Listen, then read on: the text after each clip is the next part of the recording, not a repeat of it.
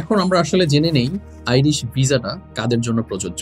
90 দিন বা তার কম সময়ের জন্য আসলে আয়ারল্যান্ডে ভ্রমণ বা ভ্যাকেশন কাটানোর জন্য এই টাইপের ভিসাগুলো দেওয়া হয়। এটি শর্ট স্টে বা সি ক্যাটাগরির ভিসা বলা হয়। তবে ই ভিসা সি ক্যাটাগরির সবাই পাবেন এমন নয়, মূলত কয়েক ধরনের ভিসা আবেদনকারীরাই হচ্ছে যে এই ই ভিসাটা পায়। এর মধ্যে ট্যুরিস্ট আছে, medical treatment, business conference, event, meeting, family visit, training এর জন্য, স্পোর্টস এর অংশগ্রহণ করার জন্য এই ই ভিসাটা মূলত দেওয়া হয়। এখন আমরা জেনে নিই আসলে কোন কোন দেশগুলো আসলে এই ই ভিসা পেতে পারে বা এর আওতাধীন, এগুলো আমরা জেনে নিতে পারি।